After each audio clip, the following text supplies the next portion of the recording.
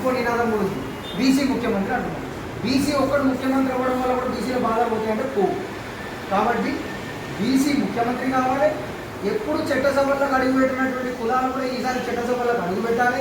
Ward member నుంచి MP స్థాయి వరకు బీసీలు 56% అని గవర్నమెంట్ మన ఏదైతే లెక్క చెప్పిందో ఆ 56% అడిగా 42% అని ఇప్పుడు అంటున్నారు. ఎంత కుటుంబం అంటే బీసీలనే కాదు, మిగతా రాజకీయ పార్టీలను కూడా ఆ 42% చుట్టే చెప్తారు. ఇంకోటి ఏం కాదు, ఆ 42%లో 10% ముస్లిం రిజర్వేషన్.